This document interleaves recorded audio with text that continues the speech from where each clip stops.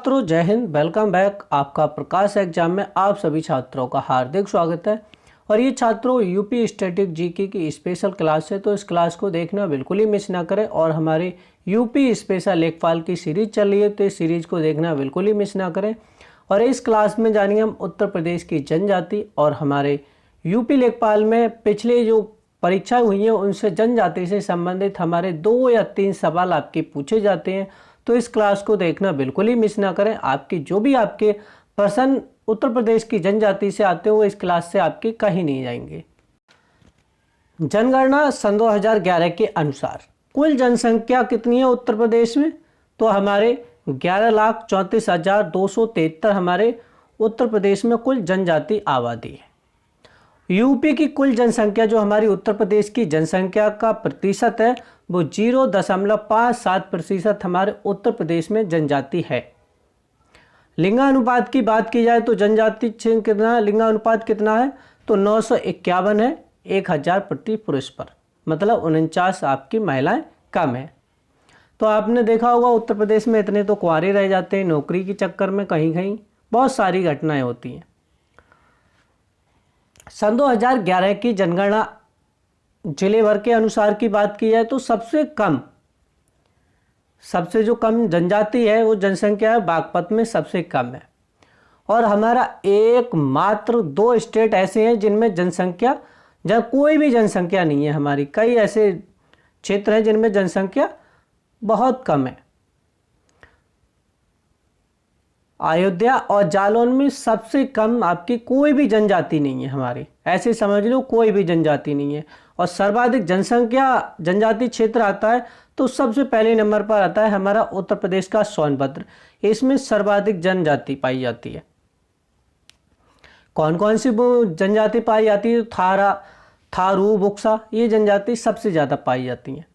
दूसरे नंबर पर आता है हमारा बलिया में सबसे ज़्यादा जनजाति पाई जाती है। उसके बाद आता है हमारा देवरिया, तीसरे नंबर पर आता है। और अयोध्या के उत्तर प्रदेश की अयोध्या और जालौन में कोई भी जनजाति नहीं पाई जाती है। और सबसे कम जनजाति पाई जाती है वो हमारे बागपत में पाई जाती है।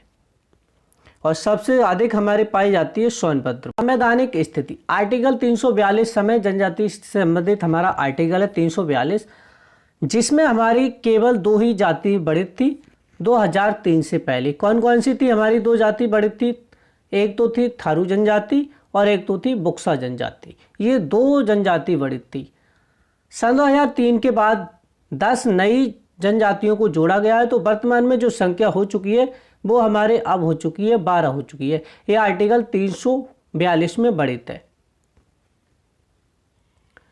तो सबसे पहले आती है हमारू या हमारी थारू जनजाति मेरे प्यारे छात्रों। और आपके प्रीवियस ईयर सन 2022 का पेपर उठाकर देख लीजिए राजस्व विभाग का, उसमें थारू जनजाति से प्रश्न आपके आया हुआ है। उत्तर प्रदेश की सर्वाधिक जनसंख्या वाली जनजाति कौन सी हमारी? तो थारू जनजाति है। और इनकी अगर शारीरिक विशेषता की बात की जाए तो मेरे प्यारे बच्चों किरावत वंश से संबंधित हैं। ये कद छोटा है, पीला रंग है, चौड़ा मुखड़ा है। मंगोल प्रजाति के लक्षण पाए जाते हैं हमारे थारू जनजाति में। ये मेरे प्यारे छात्रों किन क्षेत्रों में निवास करते हैं? तो ये जो निवास करते हैं ये गोरखपुर तराई क्षेत्र में निवास करते हैं। तराई क्षेत्र में आता है हमारा गोरखपुर आता है, महाराजगंज आता है, सिद्धार्थनगर आता है, श्रावस्ती आता है, बहराइच आता है, लखीमपुर खीरी आता है। इन क्षेत्रों में हमारी थारू जनजाति निवास करती है। थारू जनजाति विवाह कैसे होता है और सामाजिक? तो विवाह समाज कैसा है थारू जनजाति का? तो जो समाज है वो मात्र सत्तात्मक है और जॉइंट फैमिली में रहते हैं। सबसे बड़ी विशेषता यह है हमारी थारू जनजाति की।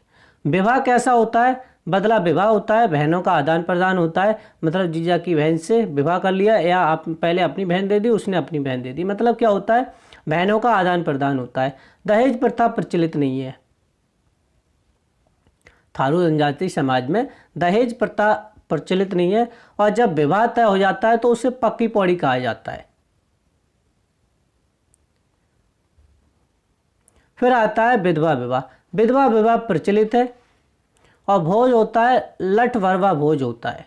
जो विधवा विवाह होता है उसमें जो भोज होता है उसे लठ भरवा भोज होता है। थारू जनजाति एकमात्र ऐसी जनजाति है जो हमारे दीपावली के उत्सव पर क्या बनाती है, शोक मनाती है। आपके प्रश्न में आपके ये सवाल पूछ सकता है। और जो हमारे लेखपाल में सवाल पूछा गया वह ऐसे पूछा गया था कि निम्नलिखित में से किस अनुसूचित जनजाति की जनसंख्या उत्तर प्रदेश में सबसे अधिक है। तो मेरे प्यारे छात्रों किसकी अधिक है, थारू जनजाति की अधिक है। ये सवाल हमारे प्रीवियस ईयर पेपर में पूछा गया था। दीपावली पर शोक क्यों मनाते, इसका एक कारण है, इस दिन अपने पूर्वजों को रोटी भेंट प्रदान करते हैं, यही मेन कारण है। थारू जनजाति के मुख्य त्योहार है जैसे बजर है, और क्या करते हैं, ये होली के टाइम पर होता है जिसे खिचड़ी नृत्य कहा जाता है। और सबसे महत्वपूर्ण बात ये हो जाती है, ये हिंदू धर्म को मानते हैं। शिव, काली और भैरव की क्या करते हैं, पूजा करते हैं। और शिक्षा की बात की जाए तो लखीमपुर खीरी में थारू विश्वविद्यालय स्थापित है। थारू जनजाति विश्वविद्यालय स्थापित है हमारे लखीमपुर खीरी में।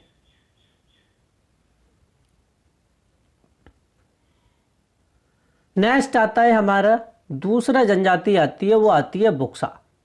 बुक्सा की खान पान और मान्यता क्या है, तो जो बुक्सा जनजाति है वो मछली और चावल क्या करते हैं, सबसे ज़्यादा पसंद करते हैं। कुछ लोगों का मानना है कि ये क्या करते हैं कि बंदर खाते हैं, गाय खाते हैं, मोर का मांस खाते हैं। ये ऐसा मेरे प्यारे छात्रों कुछ नहीं खाता है, ये ऐसे ही क्या बना रखी है, एक अफवाह बना रखी है।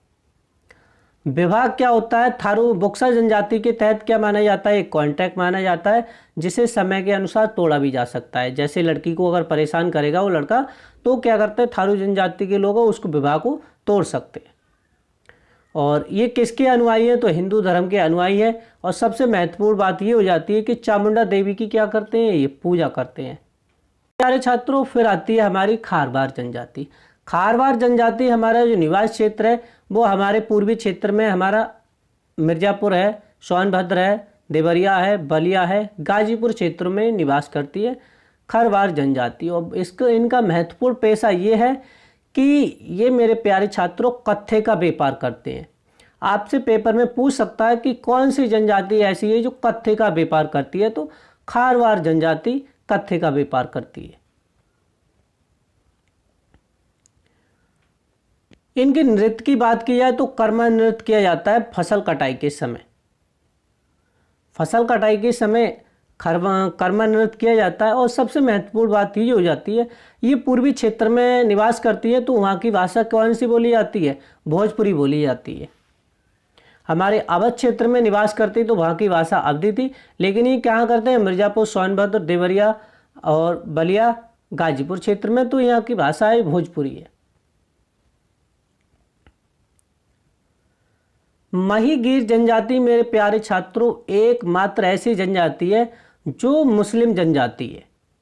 कौन सी जनजाति है मेरे प्यारे छात्रों, तो महीगीर जनजाति है। ये आपके पेपर में पूछ सकता है कि ऐसी कौन सी जनजाति है जो इस्लाम धर्म कबूल करती है, या एक इस्लामिक जनजाति का नाम बताइए।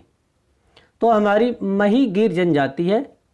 और इनका निवास क्षेत्र की बात की जाए तो हमारे बिजनौर क्षेत्र में निवास करती है, बिजनौर के नजीबाबाद क्षेत्र में।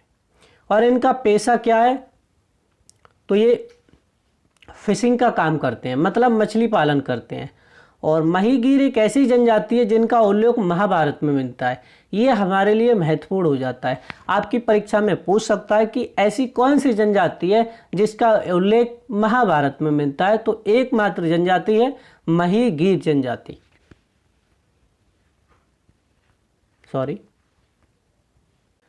अन्य हमारी प्यारे छात्रों कुछ महत्वपूर्ण जनजाति आती हैं। सबसे पहले आती है हमारे सोनभद्र क्षेत्र में अगारिया, पहरिया, वैगा, भुइया, पाबा पठारी, चेरो। ये हमारे वाराणसी क्षेत्र में पाई जाती है। पानिका ये मिर्ज़ापुर क्षेत्र में पाई जाती है। और सहरिया जनजाति क्या एक अपवाद है, ये हमारे ललितपुर क्षेत्र में पाई जाती है या ललितपुर क्षेत्र में रहते हैं, ये निवास करते हैं। अगर तुलना की बात की जाए तो हमारी जो थारू जनजाति है वो हमारे तराई क्षेत्र में निवास करती है और बुक्सा जनजाति बिजनौर क्षेत्र में निवास करती है। जो थारू जनजाति का जो समाज होता है वो मातृ सत्तात्मक होता है, बुक्सा जनजाति का जो समाज होता है वो मातृ पितृ सत्तात्मक होता है। वंश की बात की जाए थारू जनजाति एक किरावत वंश से संबंधित रखती है और बुक्सा जनजाति जो हमारे पतवार राजपूत वंश से संबंधित रखती है। विशेषता ये है कि थारू जनजाति हमारी दीपावली के दिन क्या मनाती है, शोक मनाती है और इसमें जो विवाह होता है सबसे महत्वपूर्ण बात हो जाता है, कॉन्ट्रैक्ट की तरह होता है। इसको जब चाहे तब छोड़ा जा सकता है, अगर पति पत्नी के बीच में तालमेल नहीं होता है तब। तो विवाह अनुबंध हमारे बुक्सा जनजाति में। सबसे महत्वपूर्ण फैक्ट आता है मेरे प्यारे छात्रों, उत्तर प्रदेश की सबसे बड़ी जनजाति कौन सी है? तो थारू जनजाति है। सबसे छोटी जनजाति कौन सी है? तो बंडरा जनजाति है। सर्वाधिक जनजातियों वाला जिला कौन सा है हमारा? तो मेरे प्यारे छात्रों सोनभद्र है। जनजाति भी जिसमें कोई जनजाति नहीं पाई जाती है वो मेरे प्यारे छात्रों अयोध्या और जालौन है। और इस्लाम धर्म मानने वाली एकमात्र जनजाति हमारी कौन सी है? महीगीर जनजाति है। ये हमारे बिजनौर के नजीबाबाद क्षेत्र में रहने। तो छात्रों ये तो थी आज की यूपी स्पेशल स्टैटिक जीके की जनजाति से संबंधित हमारी क्लास। कैसी लगी कमेंट करके ज़रूर बताएं। जय हिंद, जय भीम।